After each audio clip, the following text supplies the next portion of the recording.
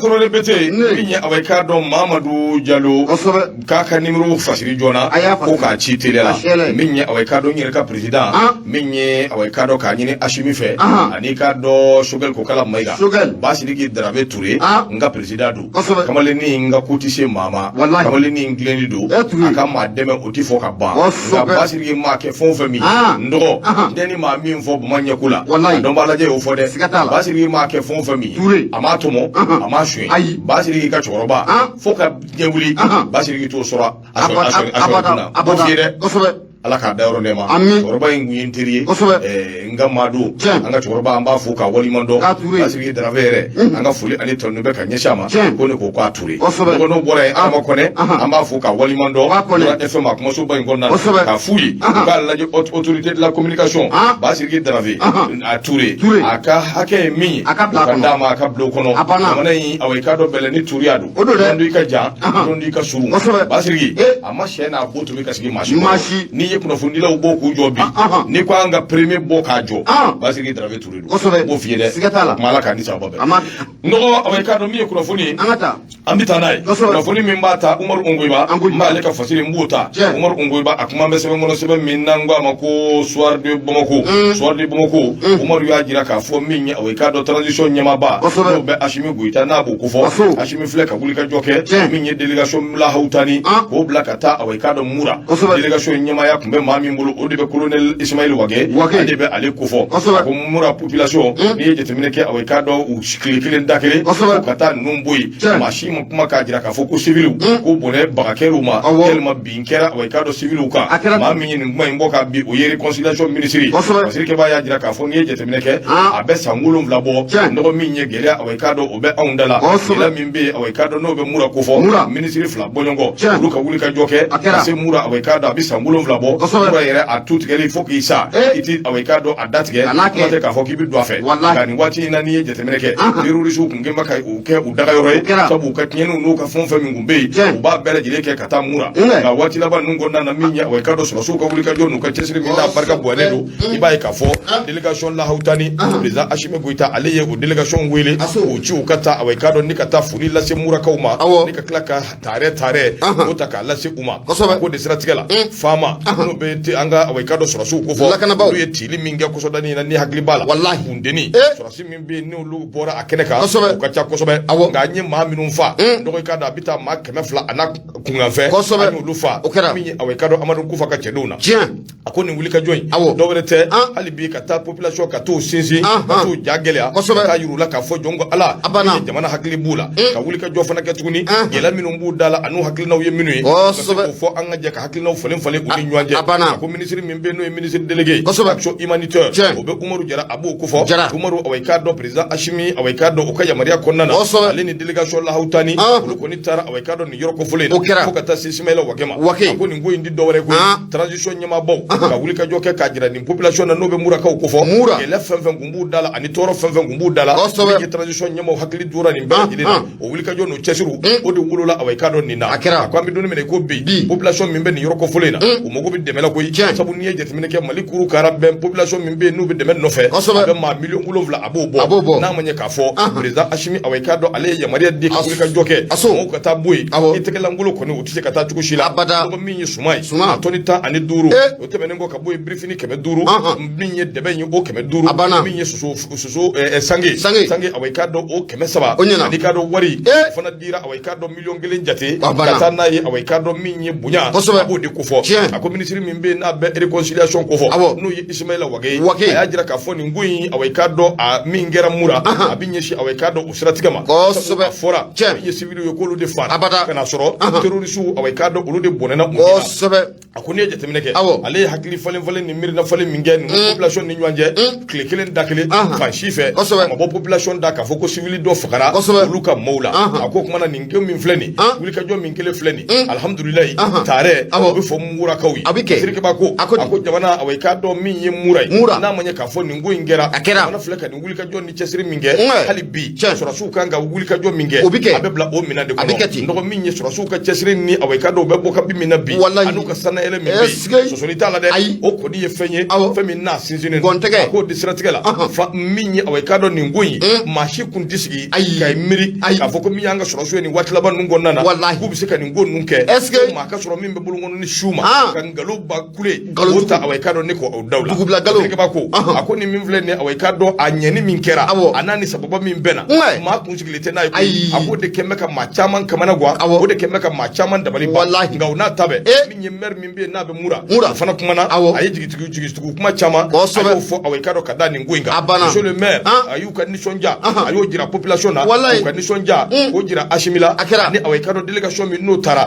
bi ka nyini sura sufe bara min gera o da matede sisan za mura ka o de be wa min ye nunuyi min daruka kana na fo ku bina la se ka bo population na kuma nyini nimbe sura sufe habi ku chesiri awai ka do ku sinzi ka yenge ka nyaka duyi ka nyaga ere dai mura ka tu sika kai o de fe min na ka dule kana ta ko luto trifle do min awai ka do Umar Ongweba aka fasiru do ka bido boli ibunya bala mari ma ganya bonya asebe koro jaranye sodde ba mako ne ba ale samaka gerna nyama dunga famana mamu bla sama sentala ko ngoto be kusani ye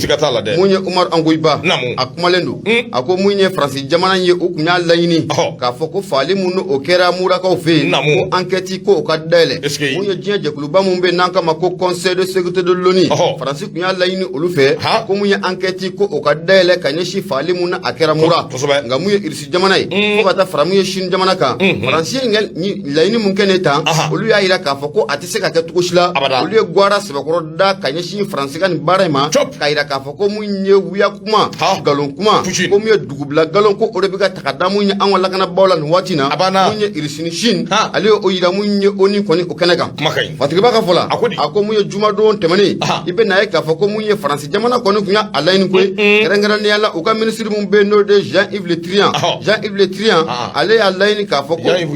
Jean-Yves Le Drian ayi Le Drian de do Drian ta bismillah Jean-Yves Le Drian ne o fana kien Drian de do bismillah ibe fagaram fo kano do fo ayi ma fo ble kano fo de sinon Jean-Yves Le Drian membre de l'association des chitens kuna mo fie chitens kuna du monde ne mo fie mali kono kemeka madama dama utaka ne mo fie o groupe la bismillah nataniye ine angata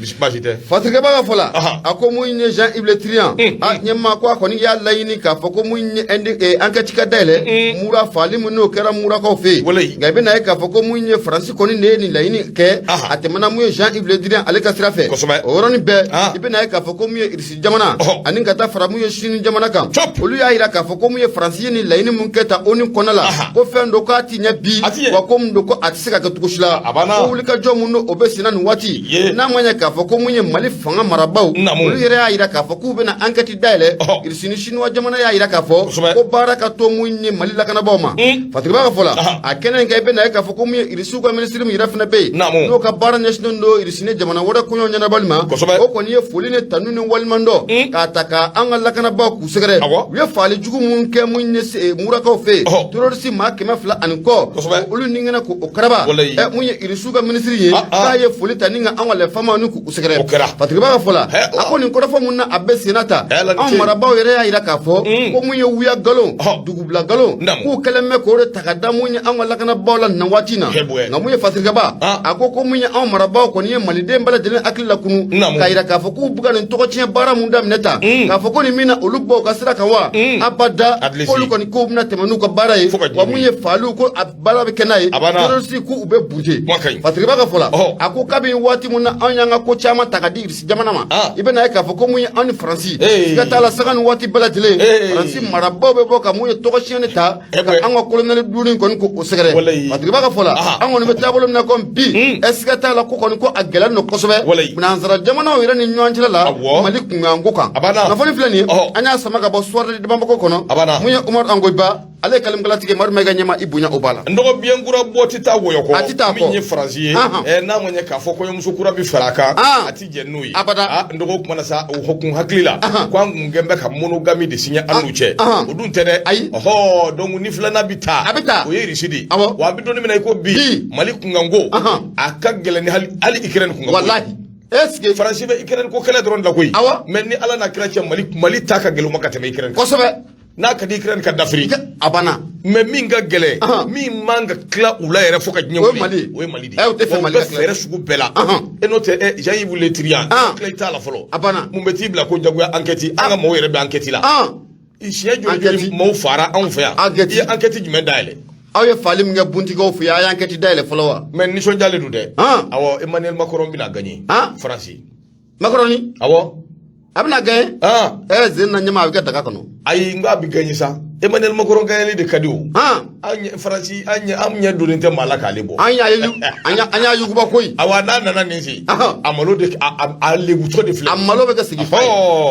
akana amba kono na ndo hali bi ambita ambise ni lende panda mbe shoni sikaka radio enura FM bi kono do ani nani tomi murumuru duru 76 33 43 03 ndo minya aweka do ni ngui akera dugula dugumi namba wele ko Abuja mafla nyongo uluko ni ntayera Goodluck Jonathan aleka convoi oye accident oyo deke mo kunyi welele ke kanyingali ke nya fu yengu ka to aweka don tene on dene ko ni sira jabi fleni Goodluck Jonathan president do Nigeria aweka do otokola president koro kundu ambe do ni mena ko bi sedi awo tokola mali gele mimbe awndala ale de kuma nyugo nya bi ka teme ana ale de che chidendu sedi awo tokola akoko funu bora fambela jilefe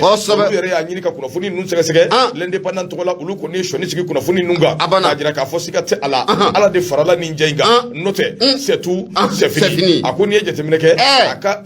convoi re accident de kera au de accident ke wa kera so yere mafla bonyongo ulu bonena unina akoni alaje convoi minvle ni na be jamana nyama kore ngofo no yen Nigeria jamana nyama ngo ala akumbika ta awai do ayere de kaso Abuja aga kera so buye accident gelem bado ko ni o sorola mafla bonyongo ulu bonena unina mafla minundu abina fo ulu yere amasunya makulu gerim bodoyi fla ulu de bonena unina ako independent ulu sike lu ke ka dabo kana jira ka fo ko ingoni wili balido ba nyere fana do koy ni minvle ni no e chide ngere ne sede aw tokola mali awai do aka gele konnana ka kumboto do awai do tama do dila tama insemve abika bo awai do ko aéroport la aéroport international nandi Azikiwe abika bola ni ku kunda ka soka ngo ingera awai do o wati ndila ndo minya awai do mafla bonyongo ulu ko ni kera c'est tout c'est fini terke bako akoni ngera wati minni an muzigi mbeka akono sabu ma chama ya jira ka fo Goodluck Jonathan akumbi na bo mokoya sa hali bi kuma nyugo ya ka siga teme anu ni nyanje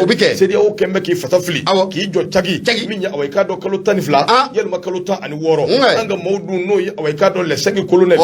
ka awai do gouvernement mo ulu fana kembe ku jo kalo muga ani nani kwanti teme oka wa fendi faraka fendi bwala ngo inde kama minya awai do madobe no be Atiku Abubakar na bo kofo vice president koro do Nigeria awai do tokola ale ko ni ajira ka fo ni ngomi mfle ni yebon na ko bayde nga abe awai ala intanu sabu minya awai Goodluck Jonathan kala ma washi akwa yeni nguma info minya awai ka tashi blake kanyishi Goodluck Jonathan yere ka demba ya bela jini Goodluck Jonathan ka kuna jara apur kutura note ndo ka fa to ka kumbi chaya de odila to Goodluck Jonathan to ko mi jere bala bonne chance Jonathan Goodluck bonne chance Jonathan ode atoko ere ma bonne chance wo ado jabira note ndo ka fa kumi ka bulo c'est tout c'est fini Goodluck Jonathan akatali o maboble on zon rese wani ala sunama abina zoro bomo koya ala kanisa bobe lende bana MSC awai do aka fasiridu o ka bido boli bunya bala madama ga nyama bunya asiba ko jaranye munya independent ne pa ale samaka grena mamun kuma londo akono nyama ode able jaray able jara ko munye mura fali o temano ko faka boy nyama be na ka foko albi an wala kana bawtu gubulo jigine ku ye seletelke ka do munye mena ka konala Songo, Buram, Tombouctou, anen nara, fokata faramu ye siga so yan fankan, mura temanu ko fe ko muye an armée ko ay salulu ko ni ko odamene ni yoro ko folo nuna. Abla jara. Mali armée. Ko sobe. Ala. nunu me kila wagati mun na ni ale ka songo la o ba so am ka taa o ba sɔrɔ an taara kosɛbɛ wallahi fatigiba ka fɔ la a ko i bɛ na ye k'a fɔ ko mun ye kɛlɛkɛ jɛkulu belebele ko o sigira sen kan kɛlɛkɛ jɛkulu mun n'an k'a ma ko maliko ɲɛma fo ka taa fara mun ye opération kɛlɛtigi kan ninnu ye kɛlɛkɛ cɛ minnu n'u bɛ nin kɔnɔna la bi mali tɔgɔ la ɲɛma k'u tɛ fɛ ka jigin so abada k'a sɔrɔ mun ye terroriste kɛlɛ ko o ma ban o siratigɛ la i bɛ na ye k'a fɔ ko mun ye mɛnɛkɛ yan fan fɛ fo ka taa bila an sɔngɔ yan fan fɛ a yira k'a fɔ ko nin waati laban ninnu na ko mun ye bamanju k'u ka wulikajɔ fanga kun ka bon ye o siratigɛ la ko mun ye dugu min bɛ n'an k'a ma ko temera fo ka taa fara mun ye burɛmu kan nin waati laban ninnu kɔni na an ka lakanabaaw ye solosali caman kɛ a yɔrɔ la terroriste minnu tun bɛ ko olu minɛ minnu fana bɛ se ka bunte ko olu sabakɔrɔ bunte o bɛɛ tɛmɛnen kɔfɛ ka bɔ yen ɲɛma i bɛ na ye k'a fɔ ko mun ye an ka armée a bɔlen minaka an sɔngo burɛmu i bɛ na ye k'a fɔ k'u ye wulikajɔ kɛ fɛnɛ kɛ dugu min bɛ n'an k'a ma ko Anderbukan Anderbukan ka ale ye dugu ye ɲɛma ko ale fana bɛ an ka jamana kɔrɔnfɛn fan fɛ a yira k'a fɔ ko waati laban ninnu fana la ko mun ye bamanju k'u kun kɛlen bɛ ka muruti fali ko o boloda kibaruyaw yɛrɛ sɔrɔla mun ye armée bolo k'a yira k'a fɔ ko mun ye commissaire islamique maajuguba mun bɛ yen n'a bɛ misao kɔnɔna la ka tɛmɛ n'o de Aliyu Mahamani Ture Aliyu Mahamani Ture ko kibaruyaw kun sɔrɔla k'a fɔ ko ale bɛ Anderbukan o kɔnɔna la nka an bɛ don min na comme bi ko wulikajɔ ko kɛra an ka armée fɛ mun ye Anderbukan ye ka yen bɛɛ lajɛlen ka a tɛntɛn fatigiba ka fɔ la hali bi k'i bɛ na ye k'a fɔ ko hali bi ko mun ye an ka armée maaw ne ma o bɛ ka taa koyi n'a nana Nara kɔnɔna la mun ye bamanci juguba dɔ kun bɛ n'an k'a ma ko Jajeba fo ka taa fara mun ye Dayiba kan nin waati laban ninnu na an y'olu bolo k'o da o kɔ tugun olu bolo ma da o kɔ koyi nɔgɔ olu kɛra c'est tout fini olu bɛ yan fɛ kosɛbɛ ko mun ye Dayiba ye ani ka taa fara Jajeba kan i bɛ na ye k'a fɔ ko ninnu de kun ye zagaw minɛ n'a ye wa mun ye bamanciw ka kɛlɛkɛ cɛfarinbaw ne ma ko o kun ye ninnu ye fatigiba ka fɔ la a ko kɔni bɛ ka taa taabolo min na hali Buguni kɔnɔna la Kucala Sikaso yan fan fɛ a yira k'a fɔ ko mun ye diinɛ marifatigi dɔw fana bɛ fɛ ka muruti fari boloda o yɔrɔ kɔfɔlen ninnu na nka an bɛ don min na comme bi mun ye an ka lakanabaaw bɛ ka a yɔrɔ bɛɛ lajɛlen ka a tɛntɛn ka a bɛɛ lajɛlen salo bamanci minnu n'olu bɛ maanifinw cɛla olu bɛ se ka bɔ maaw cɛla cogo min na kunnafoni filɛ nin ye Madu Mayiga ɲɛma an y'a sama ka bɔ indépendant o kɔnɔna la i bonya o b'a la nɔgɔ bonya diyara n ye bonya barika min ye an ka sɔrɔsiw ye u bɛ baara min na a baara ɲɛna min ye awa i k'a dɔn an ka aradari a bɛ yen wa a bɛ yen aradari bɛ yen pankulu minnu nana nɔgɔ ko ninnu pankulu yɛrɛ ninnu u jɔlen dama yelen ko n'i ma farati n'i tɛ cɛ jɔlen ye i bɛ taa i bɛ ji kɛ kurusi la dɛ n ko aradari mun filɛ nin ye ɲɛma aradari min bɛ maanifin yɛrɛ i dalen k'i ŋaniya dɔn ka ban pewu a ye ka cɛ y'o fɔ dɛ i fana seginn'o kan la hawula a fɔ safuru la ni sugoloba in na a fɔ safuru la a fɔ safuru la safuru la ni sugoloba in na aradari b'a kɛ koyi aradari dalen k'i ŋaniya dɔn a y'a kuma a bɛ k'a bila a la place la nɔgɔ la a fɔ safuru la a tu ka bɔ i la a fɔ tu safuru la a fɔ ala yafa ma ala ka yafa ma sɔrɔsiw bɛ baara la sisan nka aw ta in fana a bɛ ɲini ka k'a damatɛmɛ ye sa dɛ ka sukaro kɔ a la fo ka ne ye nin bɛ don min ne ye sen fila ja ka yɛlɛ kɔfɛ n ko n bɛ sen fila jigin u dɛsɛra ka jigin ne ma don yɛrɛ yɛlɛla ala la kira tɛ yɛlɛla ko aradari ko ni ko i dalen ŋaniya min b'i la k'a b'a ye ko aradari in b'a ye Gawusu wara ne ma ne yɛrɛ ye kuma in mɛn don min na arabu yɛlɛla fo ka mɔgɔ bi cɛ a ka ɲi ni sukaro bɛ kɛ fɛn dun na kuma dɔ fana awɔ a ka ɲi walayi a ka ɲi Mali sɔrɔsiw bɛ baara la kosɛbɛ walayi u bɛ baara la ayi siga t'a la u ni fɛn ka kan min tɛ aradari walayi u ni fɛn ka kan min tɛ aradari Mali sɔrɔdasiw an y'aw kumakan mɛn an ka wuli k'an ka na malo an ka maakɔrɔw ye wale min kɛ an ka wuli an k'o batige Sunjata Keita bana tile bana Alimami ala o bɛ dugu jukɔrɔ wallahi Soni ala Liberita a tarida kosɛbɛ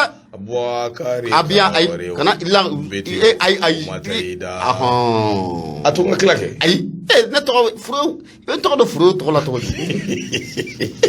Eduraya. No hali ba mita. Anata. Na mbita ambise. Minye aweka do transition anyo de fuyi. Wulika jo ni chesiru ko so wati be. Min bise ka to hali bi faso de o menni sonja. Ko ambe avion ko kuma mina. Mali irisul anni irisiche. Avion ko ni be ka shuru chugo mi. Be shuru ti. Nga wati do temena an nyeji bora. Faso de o nyeji bora mungama. Avion min be na bi wele ko avion présidentiel. Ko ani équipement militaire. Ndoko mo sur la minu ye anyeji bo. Hali no ya soro. Ila majonjo ma don folo sabu kiriti la mo maklo ka barala. Abido. Kiriki ba ya jira ka fo ko nyire ko ni abina fu be ka jike asena ka tuguni. Affaire min be. Avion présidentiel. Équipement militaire. Ndoko kiriti la mo wuli la de. Manda dare. Uyo da jonika. Mustafa Ben Barka. Sidi Mohamed Kanyasi. Anika do soro busumba saba no be opérateur économique saba. No bo ko fo. Kiriki ba no yella ya jira. Ya jira ka fo min ni affaire yi na be avion présidentiel. Kosobe. Na ko affaire ko fo. Ani rasuka mina. Ndoko ni hakili bala ko yi amanga kunjara kosobe. Wati temenuna. Ako de stratikala ni eje temene ke ba ye ka fo.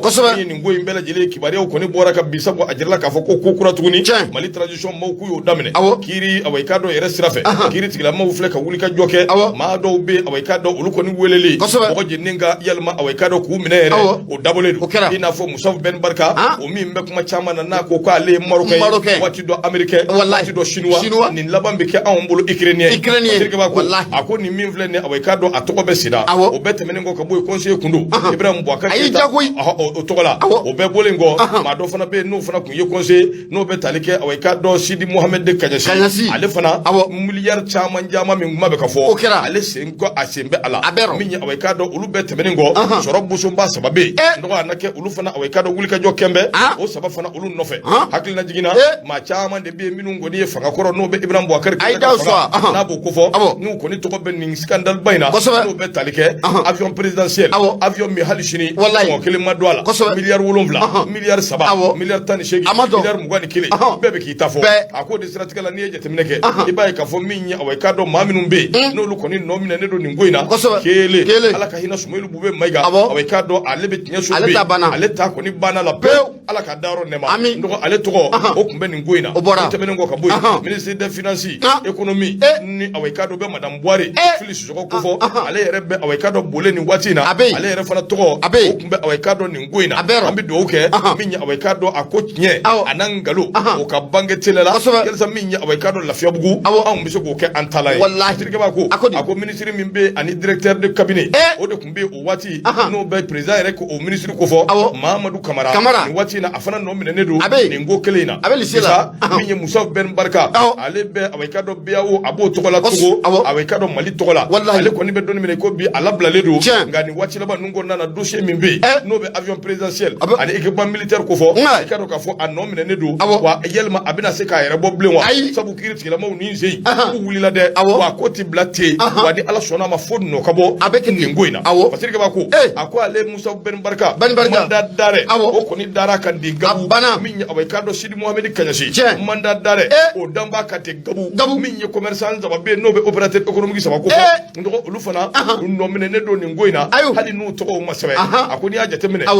min awai kado premier ministre koro min gumbe no be ni affaire ko ni be chugo mina bi awai kado be boro kalama ako anga autorité mo o be katani ko ye chugo mi ni zey vitesse do ko sabu bi fe awai kado ko inga jeya abuna kolo ka bo nywana inganga goshi o ka goshi wori inganga sara chugo mi aka sarate yansa beki yere soro no de avion inda ma do so se minon yere kera chugo mi fo na fe fami ni awai kado be bo nye do ko ma bi do ni ko bi avion présidentiel ani kado ka fo équipement militaire ko min awai kado folgo wuli awula abina fo tege dara buri jakun po hebwe ni affaire koy ndo kamne lidabo mais min be kane kamana gwa affaire wera ube minun fana teka yugu halibi o be kane kamana gwa abe ma kamana gane note samia ina anglais ferlaté kunyanga senekela unya kokoi tracteur ferlaté o fana kunyanga senekela unya kokoi o dossier o bebe o abe o fana kala jede dossier o ka chan bâtiment minnu n'u firila ta a kanu o to yen a fɔra ko baara daminɛna dɛ o daminɛna conseil des ministres awɔ o baara daminɛna o daminɛna o de la ne y'a fɔ u ka daw suwa karankɛda ninnu a y'u lajɛ a ye telimanitigiw a k'u sɔgɔ a y'u jateminɛ a bɛ telimanitigi fɛn fɛn bɛ yen a y'u jateminɛ katakatanitigi fɛn fɛn bɛ yen n'aw bɛ papiye d'u ma a ye lisi dɔ sɛbɛn o papiyew kan k'o d'u ma a banna a k'u fotow sɛbɛn o kan k'o d'u ma ni cɛ o cɛ min gariyara k'u ta ka frontière tigɛ n'u ye e b'u ka kaso kɛ yan Gawusu a daminɛna dɛ an ka bâtiment k'a bɛɛ buruja cɛ yɛrɛ ko a ka feere sɔngɔ dama tɛmɛ diya la ka bin faso k'o yɛrɛ tɛ dɛ ko miliyari dɔw bɛ yen o miliyari yɛrɛ o ma ye yɛrɛ a dun bɔra a dira nka miliyariw yɛrɛ ma ye ɲɛma ko jamana in kɔnɔna la wari dɔw bɔra k'a minɛ bɛ sa wari kɔni taara minɛ ma ye yɛrɛ ayiwa ala k'an di sababa bɛɛ arajo ye Nura FM ye 94 kosɛbɛ murumuru 5 siga t'a la 76 33 43 03 kosɛbɛ voilà arajo Nura FM fana awa i k'a dɔn lamɛnbaaw ni sɔnsuma ani dususuma filɛbaaw ni sɔnsuma aw ni dususuma kosɛbɛ o bɛ kɛ n dɔgɔ an bɛ sigi ka na kumaso kɔnɔ o bɛ kɛ min ye awa i k'a dɔn n'i y'a mɛn awa i k'a dɔn jɔnni kunnandi i b'a fɔ i sababu ɲuman dɔgɔ min ye arajo a tɛ taa dɛmɛ kɔ a tɛ taa publicité kɔ min ye awa i k'a dɔn publicité kɛnɛ dayɛlɛlen don limanaw ye 76 33 43 03 n'i y'o kɔngɔ ni ala sɔnn'a ma an sɔn tɔgɔ k'i sɔn jamu an n'o latɛmɛ fɛ kunnafoniw bɛ yan an bɛ taa n'u ye sabu waati ale bɛ ka taa anw bɛ taa cogo min waati fana bɛ taa a nɔfɛ o tuma nɛgɛw bɛ Gawusu bolo min ye Mamu Kamara mɔden Bura Tarawele bɛ yan Boubacar Tarawele Bete ani Mayimunatu Den Gafu Jɛman ka Madu Mayiga siga t'a la n dɔgɔ bisimila sisan an ka taa Nouvelle Horizon ɲɛmaa ne bɛ ale sama ka gɛrɛ n na ni y'a sama mun ye Mahamani Ture a kumalen don a kɔnɔ a ko bɛnbaliya mun n'o dugu n'o jɛlen don M5RP kɔnɔ la bi ɲɛmaa a ma ɲɛ mun kɔ ko a kɛra o ye koyi k'i bɛ na ye k'a fɔ ko mun ye Kawura Laire Nouveau ɲɛmaaba n'ale ko fɔra a bɛ Elhaji Umaru Abudu Ture ɲɛmaa a bɛ ale ko fɔ k'u ye bugɔli kɔni ni ka a ta ka ale sɛgɛrɛ dɛ mun ye ko kɔrɔfɔ mun o bɔra a da kɔnɔ ko kɔrɔfɔ faratilen don Fatigiba ka fɔ la a ko mun ye comité stratégique du mouvement du 5 juillet rassemblement des forces patriotiques n'an ka maa damasoya kumana ko M5RP u tun ye ɲɔgɔn ye dɔ ko o boloda mun ye alamisa tɛmɛnen n'o bɛnna avril kalo tile 7 tɛmɛnen ma i bɛ na ye k'a fɔ ko mun ye ɲɔgɔn ye in kɛnɛ kan mun ye Kawura Laire Nouveau ɲɛmaaba n'o de ye maître Elhaji Umaru Abudu Ture ale kɔni y'a jira k'a fɔ ko bugɔli taara ka ale sɛgɛrɛ ani nɛnijugu ɲɛmaa ko o taara ka ale sɛgɛrɛ mun ye M5RP tɔnɔw fɛ Fatigiba ka fɔ la a ko n'i ye ko in jateminɛ k'a lajɛ mun ye Kawura Laire Nouveau a ɲɛmaaba yɛrɛ tɔgɔ la n'o de Elhaji Umaru Abudu Ture ale y'a jira k'a fɔ ko mun ye waati mun na ko u taara don ko k'u sigi ko kɔrɔfɔw bɛɛ lajɛlen ko o sɛlɛla ko n'i y'a jateminɛ k'a lajɛ ko ale bɛ mun ye comité stratégique n'o bɛ M5RP ko fɔ ale ye o tɔnden ye k'a bɛ nin ka se san 1 o ɲɔgɔnna o ma nka waati mun na n'ale y'a bɔ kɛnɛ in kan k'a jira k'a fɔ ko mun ye Choguel Kokala Mayiga ko mun ye taabolo mun kɔni n'i b'o la nin waati na k'i ka fɛɛrɛ kɛ ka baara ka a bila ko jamana ɲɛmaa k'i kana ale tɔgɔ tiɲɛ ko ale ye kɔrɔfɔ mun ni o sɛlɛ ɲɛmaa réunion kɛyɔrɔ in kan ko o yɔrɔnin bɛɛ k'i bɛ na ye k'a fɔ ko kɔrɔbɔrɔkɛ dimina n'o de docteur Choguel Kokala Mayiga ye ɲɛmaa ko a sɛbɛkɔrɔ dimina n dɔgɔ i fana ta ye kabako ye dɛ i ye cɛ in tɔgɔ fɔ Ture i m'o jamu i ma siya ko f'o la dɛ Choguel Kokala Mayiga o ye tiɲɛ nka kɔrɔbɔrɔkɛ dimina o ye ka muru turu n'a ye sa dɛ ka kɔri fo i laban ka muru turu n'a basi tɛ bisimila a dun bɛ fara kɔrɔbɔrɔkɛ in na dɛ n b'o f'i ye dɛ nka kɔrɔbɔrɔkɛ fana a ka primature a ma tila c'est-à-dire ci wɛrɛ bɛ kɔɲɔmuso ba la ɲɛmaa sira fila ta ma a ti ɲɛ o min tɛ sɛsi bɔ ye sa sira fila ta ma ti M5RP ko in to yen fɔlɔ M5RP yɛrɛ tun bɛ yen wa a tɛ yen yɛrɛ yɛrɛ bɛɛ tun taara k'i to a kɔnɔ yen bɛɛ e kelen de tun bɛ k'a chapeau bɛɛ ta wallahi bi ni a ko ɲɛna jɔyɔrɔ ko ni fɛn c'est-à-dire ta primature e ka baara kɛ ba ye a banna ni M5RP mɔgɔw mago bɛ min na doléance ni fɛn minnu u bɛ t'o poser n'a bɛ se ka kɛ a ka kɛ a banna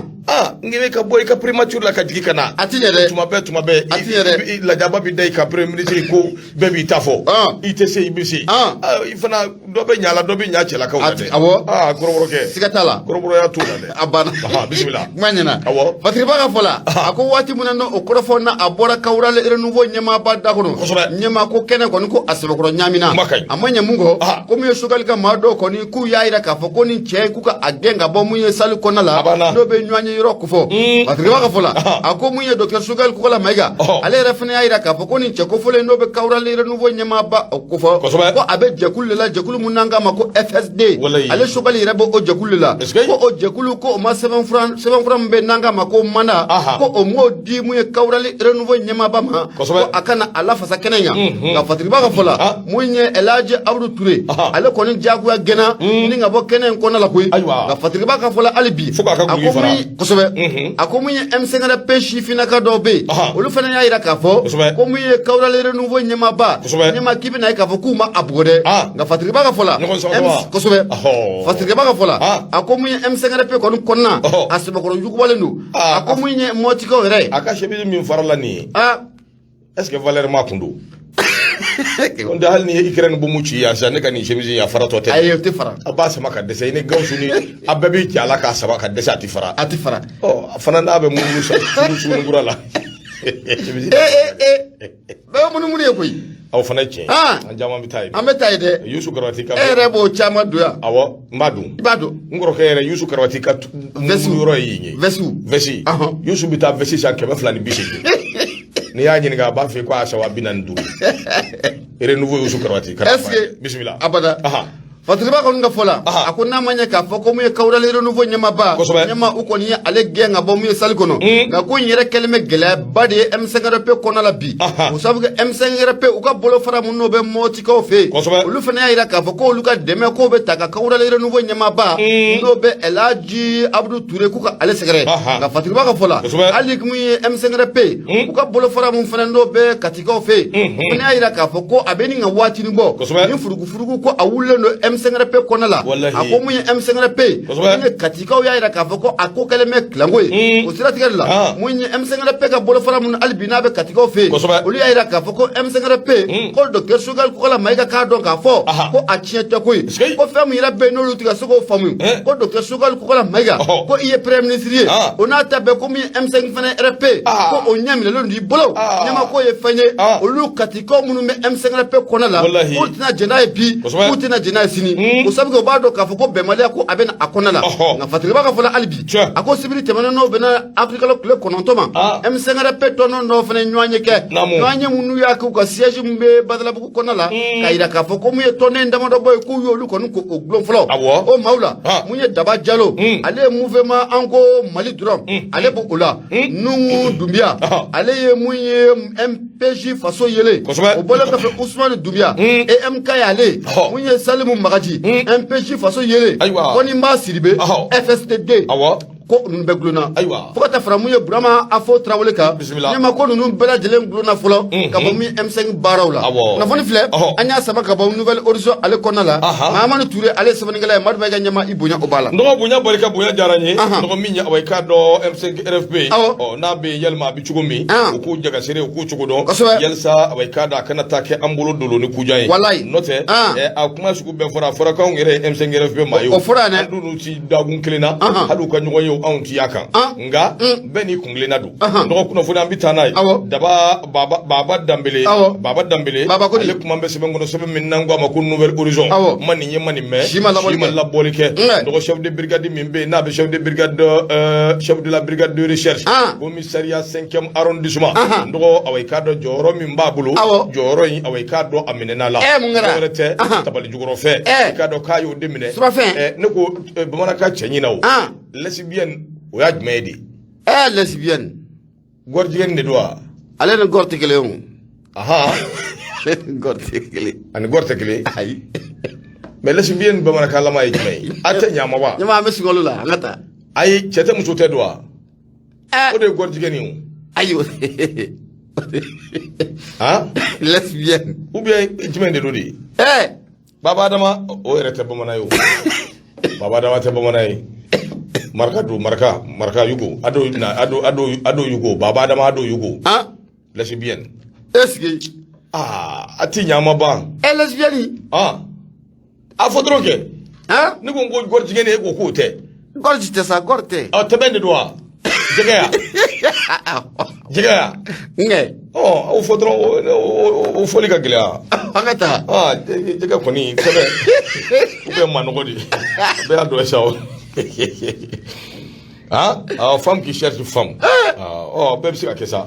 o bɛɛ ye manɔgɔ ye sa o a bɛɛ manɔgɔ nɔgɔ min ye baba danbele baba a kuma bɛɛ baba ko i k'a dɔn k'a fɔ nin cɛ in a na kɛ o dɔ de ye tabali jukɔrɔfɛn di affaire min bɛ yen awɔ i k'a dɔn o tabali jukɔrɔfɛn a na kɛ awɔ i k'a dɔn a dira o de sen fɛ parce que b'a y'a jira k'a fɔ n'i ye jateminɛ kɛ nin affaire min filɛ nin ye n'a bɛ tali kɛ awɔ i k'a dɔn lesbienne ko affaire communicative distribution a ko kɔni a mankan barika bonyana kosɛbɛ nin waati laban ninnu kɔnɔna na bamakɔ sabu maa min bɛ yen n'o bɛ brigade de recherche ko fɔ o ɲɛmaaba commissariat 5e arrondissement e ko in yɛrɛ kɔlɔlɔ bɛɛ ma taa bin ale kan wa sabu a jɛrɛla k'a fɔ tabali jukɔrɔfɛn y'o minɛ affaire in awɔ i k'a dɔn a ɲuguɲugu n'a ɲagaɲaga o barika bi ka bonya kosɛbɛ o de y'a to awɔ i k'a dɔn maa minnu bɛ yen n'o ye LCHM mɔgɔ ye lutte contre l'homosexualité au Mali olu maaw u ka wulikajɔ n'u ka cɛsiri n'o ka kun barika bonyana waati dɔ mais a bɛ ɲini ka dan sira la sabu nin ko in kɛlɛ maa kɔni t'a dɔn nin bɛ kɛ cogo min nka papier min bɛ yen n'a bɛ communiqué désolé de Bamakɔ olu ye communiqué dɔ bɔ k'a bin sabu kunnafoni min bɛ yen n'a tun bɛ ka di ka ɲɛsin nin chef BR in ka ko ma a kunnafoni in tun bɛ ka jɛngɛ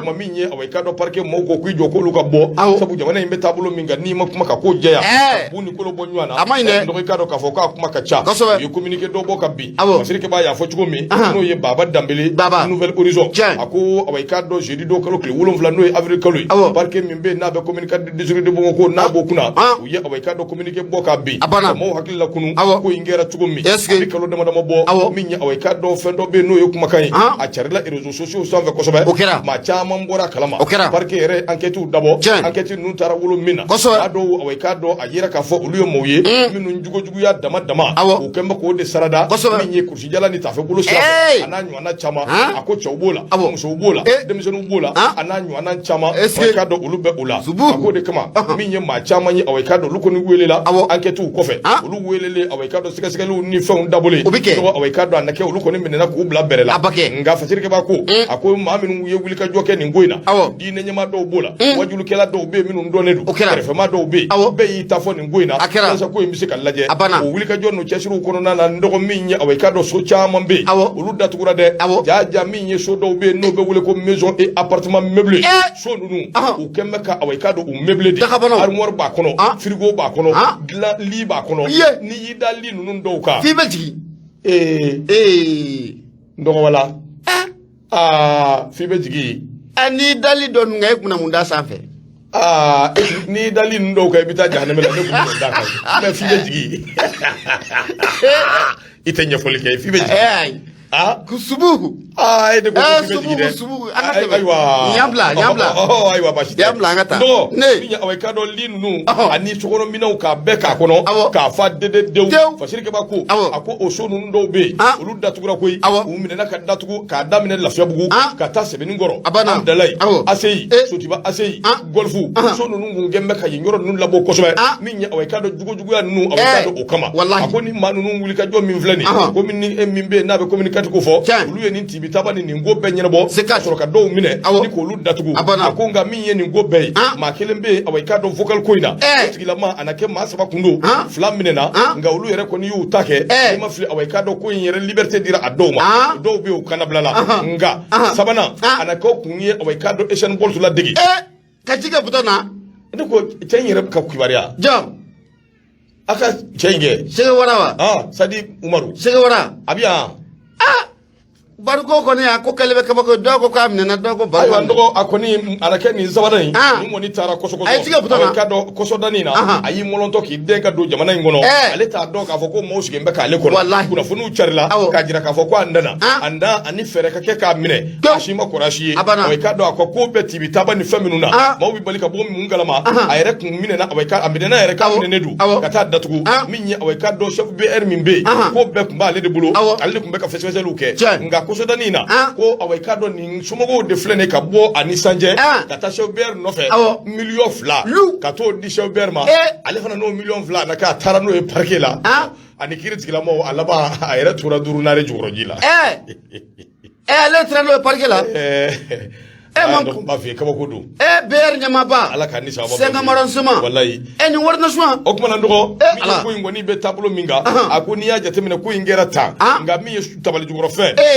o de kera ni jugo ina abi na fo ka damine folo na kana se fosisa ko indurundule do kosobe nga mi nya o kado parke mo ko lu ya me ko afro ko bingera karsaka ni ndura ta be ta fo ka kula funi ka nyaga mi ka kisa gona tai wati yere se kama ambo yoro miliki o kuma na ka se ka ko ingeda kene ka lu wora ka communiquer ka ni kuma inde fo be ka se ka fo mi yar soro ko baba dambele ya ka fasiri fasiri kunjela so ber min be ni abe o kado commissaire sengam arrondissement joro min babulu o mi denala fasiri fla nouvelle horizon no ko bido boli wati corona ni bunya bala buya nyama ngani buya nga filigata abana bismillah kosobe aminga kay ma kay awa ngani filigata ni buya ngani fili wati sira ndo radio Nura FM ba shekine keta el haji sububa samaki anga fulibe ni mbe Nura FM awekado usanfe kabola kaminya awekado Sumaila Togo malo baba Sumaila afu Togo baba wa Togo wati na radio Nura FM usanfe afulin toni ka lase Musa Sisokoma banaba jelike ka bela jelefu Nura FM kuma soba ngondana anga na nyina minye gausu Kalilu Berti dala ni abide kala kise ndogo nyanama anga fu kosoba anga do oke ala awekado ka hina bilbilena ala ka dawro nema ya rabbi ama mine sokoma ina fu sisan Quran de gele dude mais sigile do ibe gafe la me isagula la bi sababu groupe abe marchi la ndege ti son balance mama ala ka kono taji awa sako amba fu awa jalo ka fu ku wali nyumando sigatala ka chaba ka mufo ayo bashite okuma na ambe fulila se Mohamed Kulubali nangwa mako fa ka ni chesiri ma fulila se ina aramama ka fulila se awekado bajenema done ko ka dambele ka ni fuma ko supieta ga son de fer Yakuba Gindu Yusuf awekado Sisoko Ibril Jabati ufana ni fulika ka miye awekado Burama Traoré Jobere mo kamara modi amafu eto e Bouakari Jemu Traoré beti ne Mamadou Maiga gafu jamanche Maimuna Tudde na mo be arajola Nura FM bikono ani nani tomi murmuru duru na mugo bana 76 33 43 03 shini ye donduma do ye ala ka donduma do anga ala deli ala ka shijo ka kono to be nika sal ala Muhammadu akam